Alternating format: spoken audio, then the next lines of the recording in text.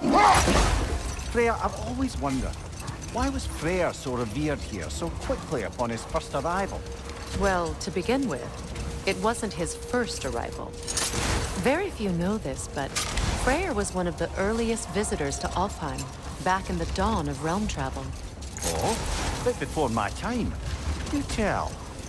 We believed for a long time that all the giants had died in the flood, until one of them appeared in Vanaheim. Her name was Gurth, and she came offering to teach us the secrets of traveling between realms using Bifrost light. Freyr became immediately infatuated with her. He always yearned to wander, and along came someone who could truly show him how. So, wander they did, exploring the world tree from root to branch. But one day, it came time for Gurth to wander away. Freyr was heartbroken, and resolved himself to perform some great feat to win her back. He set his aim on the grandest of gestures. He intended to be the first to find the elusive source of Bifrost light. And he succeeded, although quite by accident. Freyr believed he navigated best while fortified by a potent blend of Vanir herbs. When he wandered, he wandered.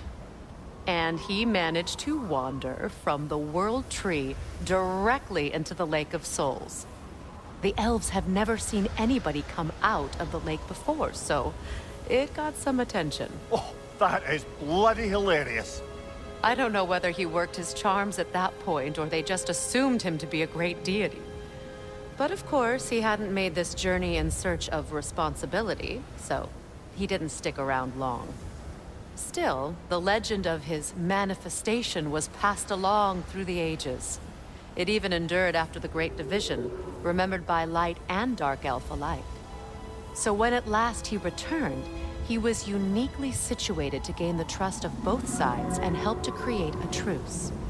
The problem was, both sides trusted only him, so the peace could only last as long as he stayed around to keep it. And with the long war dragging on without an end in sight, I suppose making any kind of peace was an irresistible notion for him, even if it meant having to rule.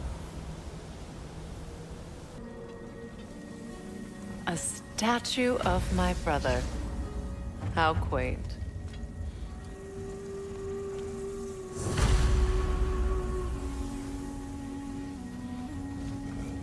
That's odd.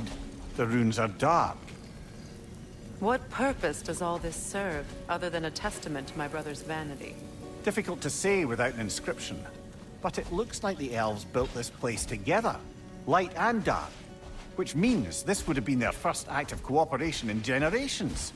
A far cry from lasting peace, but perhaps it served as a monument. One that symbolizes the potential for peace. This statue may have survived Freyr's absence, but a truce clearly did not. Monuments are useless to those who ignore their message. He didn't create a truce through diplomacy alone. His godhood, his very presence is what healed this land and allowed peace to take root. But once he left, he had to have known what would happen. Well, he had good reason to leave. Some jackass convinced his sister to marry a madman.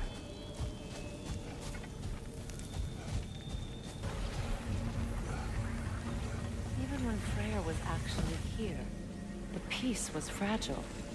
Surely a bit of extra light in the desert isn't enough to make it last. Before I met Faye, I could not imagine a life of peace. After her death, in our travels to Jotunheim, I found peace on my own. It remains my responsibility to make it last. Perhaps the elves will find peace again one day, even without Freyr's guidance. His presence continues to guide them, whether they realize it or not.